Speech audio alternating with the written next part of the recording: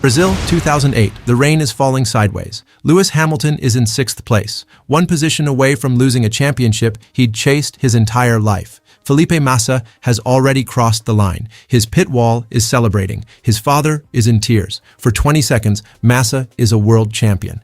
Then Hamilton passes Timo Glock at the final corner on the final lap of the final race of the season, and the trophy changes hands mid-celebration. That wasn't even his lowest moment. A year earlier, in his rookie season, he lost the title by a single point after leading for most of the year. Most careers don't recover cleanly from that kind of collapse. The psychological weight alone ends plenty of promising title runs before they start. His did recover, and then it happened again. And then a third time in a completely different car against a completely different rival, more than a decade into his career, at an age when most drivers are already fading. Here's the thesis of this video. The math proves Lewis Hamilton is never truly out of a championship fight. Not, he's a great driver. Not, he's mentally tough. Those are the explanations pundits reach for because they're easy and unfalsifiable. What we're going to do instead is look at the data points per race trends, in-season car development curves, and second-half scoring rates, and show that there's a repeatable, measurable pattern across 3 separate eras of his career. We're calling them his 3 great comebacks: 2008, 2014, and 2017-2018.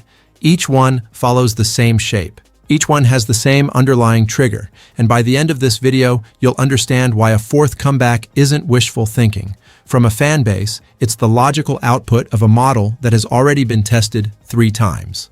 Let's build the case, one era at a time. The low point 2007 should have been a fairy tale. A rookie in his very first F1 season, leading the championship for most of the year against 2 established world champions in his own team, Fernando Alonso, the reigning double champion, and Kimi Räikkönen driving for Ferrari. Instead, it became a cautionary tale about how quickly a title can slip away. Hamilton arrived at the penultimate round in China with a commanding lead, suffered a mechanical scare and a spin at the pit entry, and saw that lead cut down. The title then slipped away entirely at the final round in Brazil, where he needed only a 5th-place finish and came home 7th. He finished 1 point behind Räikkönen.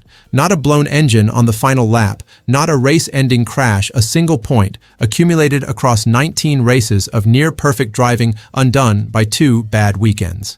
That's the low point. This comeback starts from not a driver in decline, but a driver who did almost everything right for an entire season and still watched the trophy go to someone else. The adversity, going into 2008, the pressure had shifted entirely onto Hamilton's shoulders, and it showed. Ferrari were the reigning Constructors' champions and fielded both Räikkönen and a resurgent Felipe Massa, a driver flying at genuine home advantage speed for most of the year. The psychological weight of being the one who let it slip followed Hamilton into every race weekend, and it occasionally showed on track a red light error in Canada, where he rear-ended a stationary Räikkönen at a pit exit light, took both of them out of the race, and a drive-through penalty at the very next round in France for illegally passing Vettel compounded the damage. A wet weather misjudgment in Fuji later cost him a shot at victory when he collided with Räikkönen.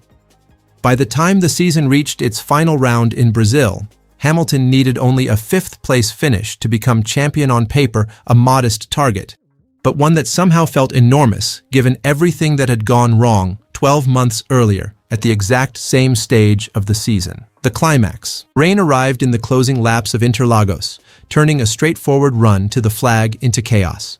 Most of the field switched to intermediate tires as the track began to soak. Toyota's Timo Glock stayed out on slicks, gambling that the rain would hold off long enough to protect his track position. It didn't.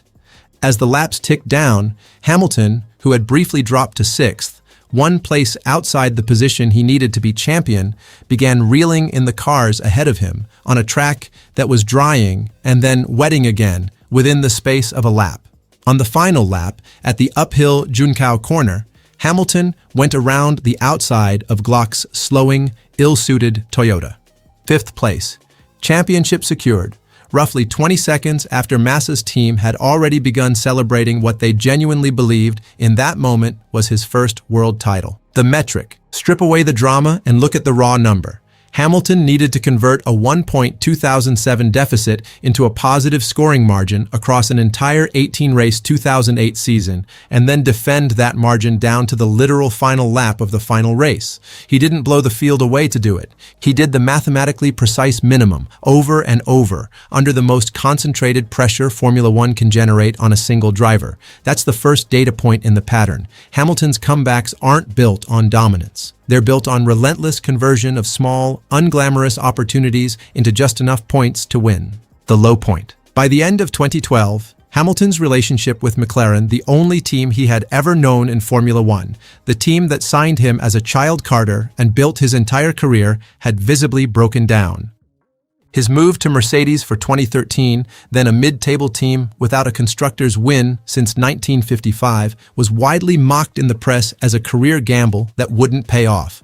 For a driver with a world title and dozens of McLaren victories already to his name, walking away to join a team that hadn't scored a win in almost 60 years looked, on paper, like a step backward at exactly the wrong moment in his career. The adversity. The gamble began to pay off in 2014 when sweeping new hybrid power unit regulations turned Mercedes into comfortably the fastest car on the grid, but the adversity in this comeback wasn't pace, it was reliability, and it hit Hamilton disproportionately compared to his own teammate in the identical machinery. He retired from just the second race of the season in Australia with a cylinder failure. He suffered a brake system failure in German Grand Prix qualifying and a car fire during qualifying in Hungary, both times forcing him to start from the back of the grid rather than the front row his pace deserved. By the summer break, teammate Nico Rosberg, driving the exact same chassis and power unit, had built a 22-point lead in the standings. The climax. The turnaround began at Monza, the Italian Grand Prix, where Hamilton recovered from a sluggish start caused by a power unit glitch that dropped him to fourth, then beat Rosberg to the win by over 3 seconds after his teammate ran wide at the first corner. Then came Singapore. Hamilton edged Rosberg for pole position by 0.07 of a second, and when Rosberg's Mercedes suffered a steering wiring failure that struck before the formation lap, forcing him to start from the pit lane and retire after a hobbled 14 laps in a crippled car, Hamilton converted the win into the championship lead for the first time all season by a margin of just 3 points. From there, it stopped being a single moment and became a run. Victory in Japan, in genuinely treacherous wet conditions, in a race weekend overshadowed by Jules Bianchi's crash. Dominance in the inaugural Russian Grand Prix, a result that also sealed Mercedes Constructors' Championship. And a win in Austin, his second at that circuit in 3 years. 5 wins in a row, back to back to back to back to back. The metric. At the low point, Hamilton was 22 points behind a teammate driving the identical car, arguably the hardest kind of deficit to close in all of motorsport, because there's no equipment gap left to hide behind or blame. Whatever closes that gap has to come from the driver, full stop. By the time the 5-race winning streak had run its course, he led by 24 points with 2 rounds remaining. He closed out the season with 384 points, to Rosberg's 317 11-race wins to 5. The metric here isn't just the raw points erased, it's the fact that he erased them against a driver who, on pure one-lap qualifying pace across parts of that season, was matching or occasionally even beating him. The second data point in the pattern, Hamilton's mid-season deficits, even against genuinely equal machinery and a fast teammate, get systematically closed in the second half of the year, almost like clockwork. The low point. Across both 2017 and 2018, Ferrari built genuinely faster cars for long stretches of each season. Sebastian Vettel, driving with the aggression of a 4-time world champion hunting his first title in red, built an early championship lead in the opening third of both seasons, trading wins with Hamilton race for race in 2017 while narrowly holding the points lead and winning the first 2 races of 2018 back-to-back to set the tone for that year as well. Mercedes, meanwhile, had a well-documented problem that had nothing to do with reliability this time. Their car was fast in absolute terms, but famously narrow in its operating window, described inside the team itself as sensitive to track temperature, difficult to set up correctly, and capable of feeling brilliant on one weekend and nearly undrivable the next. It was a car that needed everything to line up, and for long stretches of both seasons, nothing lined up. The adversity. This wasn't a mechanical failure problem. Like 2014, it was a car character problem, which is arguably harder to solve mid-season because you can't simply fix a part. You have to change how the whole car behaves. Hamilton had to extract performance from a machine that fundamentally didn't want to be driven the way he preferred to drive, while Ferrari's package suited Vettel's front-limited aggressive style almost perfectly. Through the middle of both 2017 and 2018, Vettel built and held leads that at times looked genuinely comfortable, and the paddock narrative settled into place. Ferrari finally had the car to end Mercedes' era of dominance, and Vettel finally had the machinery to match his talent. The climax. The turning point most fans and pundits point to is Singapore, September 2018. Hamilton went into the weekend with a 30-point championship lead, but on a circuit where Mercedes had historically struggled against Ferrari and Red Bull. In qualifying, he produced a lap Mercedes' own team principal called the most complete lap he could remember from any driver in his time in the sport, a 1:36.015, more than 3 seconds faster than Vettel's own pole time on the exact same circuit 12 months earlier. Vettel could only manage third on the grid. Hamilton converted pole into a comfortable victory, extending his championship lead to 40 points, and Vettel later admitted publicly that this was the weekend Ferrari lost the pace to stay with Mercedes for the remainder of the season. That single lap didn't just take points away from Ferrari's title, but it took belief away from the garage. Ferrari's championship challenge, which had looked genuinely dangerous through the first half of both 2017 and 2018, was effectively finished by the time each season reached its final rounds, with Hamilton wrapping up the driver's title with multiple races to spare in both years running. Before the summer break in 2018, the championship gap between Hamilton and Vettel had swung by double digits more than once across the season, with the outright lead changing hands multiple times as each car had its stronger and weaker weekends. After the summer break, that back-and-forth trajectory flattened into a one-way climb for Hamilton. 30 points heading into Singapore, 40 by the end of that single weekend, and the margin was never seriously threatened again for the rest of the year. The third data point in the pattern, whatever the deficit looks like at the summer break in every one of these three eras, Hamilton's second half points trajectory is steeper than his rivals every single time, without exception. This is the actual value of this video, not nostalgia about 3 great seasons, but a working model you can apply forward. The aging curve versus peak longevity. The standard assumption in motorsport is that reaction time, neck strength, and physical resilience under sustained cornering loads decline in a fairly linear way past roughly age 35, and most legacy drivers' results curves reflect exactly that assumption. Fernando Alonso's competitive seasons past that age have been sporadic and heavily dependent on which car he happened to be in, rather than showing a personal scoring trend independent of machinery. Michael Schumacher's brief comeback with Mercedes in his 40s never came close to reproducing his peak-era numbers, despite driving for a top team. Hamilton is the clear statistical outlier in this specific comparison. His qualifying performance relative to his own teammates and his demonstrated ability to extract a single flying lap out of a car under pressure has remained close to his 2014-2018 peak years, well past the age at which most of his direct contemporaries began a visible, measurable decline.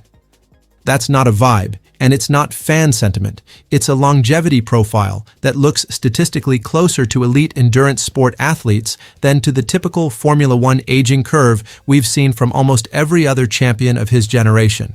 The development rate curve. Every single comeback covered in this video shares an underappreciated mechanical cause underneath the driving heroics.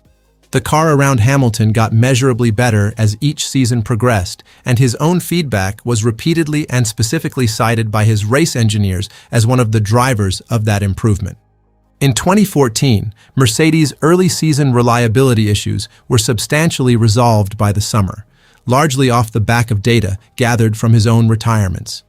In 2017 and 2018, Mercedes' notoriously narrow setup window, the exact characteristic that made the car so hard to drive early in both years, was progressively narrowed down and better understood race by race, with Hamilton's specific complaints about front-end feel and low-speed balance repeatedly showing up in the technical changes engineers made to the car over the following months.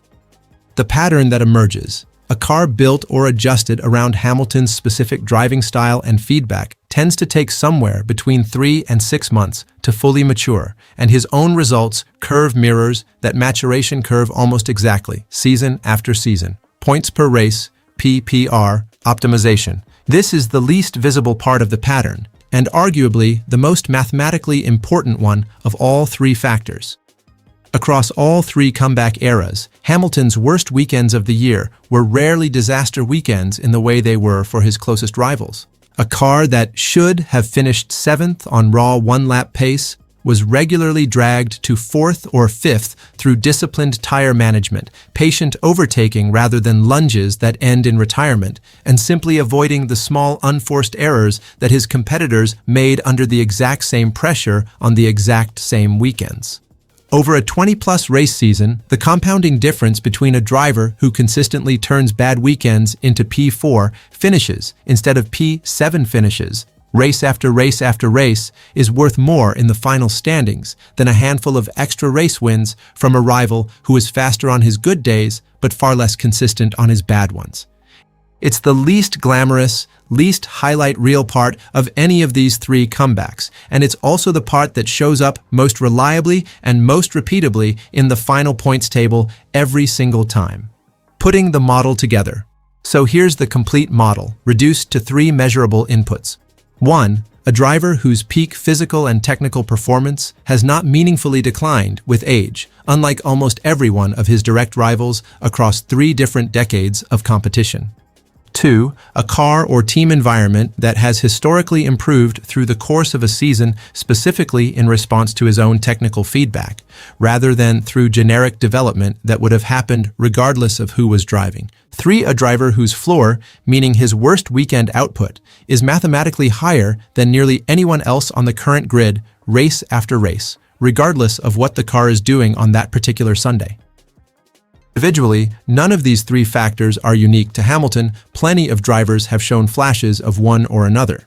Together, though, applied across 3 completely separate teams, 3 separate rule eras spanning more than a decade, and 3 separate title rivals with completely different driving styles, they've produced the exact same shape of Season 3 separate times.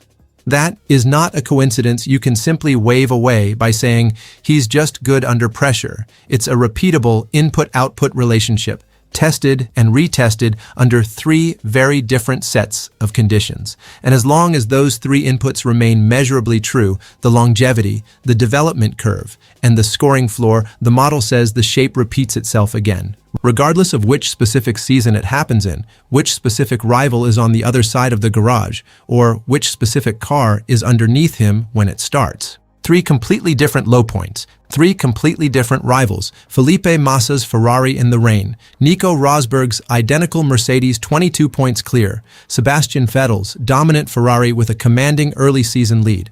3 completely different eras of car regulation spanning naturally aspirated V8s to hybrid power units to the aero-heavy cars of the late 2010s. And every single time, the exact same underlying shape. A driver written off, at least partially, at the midpoint of the story, closing the gap in the second half of the season through a combination of personal form that doesn't fade with age, car development he directly helped shape through feedback, and a scoring floor that no one else on the grid could consistently match on their worst days. The pattern reveals a simple, almost uncomfortable truth about how Lewis Hamilton actually operates as a competitor. He doesn't need to be ahead in a championship to be dangerous. If anything, the data suggests the opposite. He needs to be backed into a corner first, and the response that follows is close to mathematically predictable at this point. So here's the question I want you to sit with, and I genuinely want your answer in the comments. With a new team, a new car philosophy under the current set of regulations, and a driver now operating in a part of his career the sport has arguably never really seen a multiple champion perform at before, does the 3-factor model we just walked through still hold, or is this finally the one time the math breaks down? If you think the pattern holds, tell me why in the comments below. If you think this era is genuinely different from the last 3, I want to hear that argument too. I read every single one. Subscribe if you want the next breakdown the moment we find out which way this goes. Hit like if this changed the way you'll watch what looks like a bad Hamilton weekend from now on, and I will see you in the next one.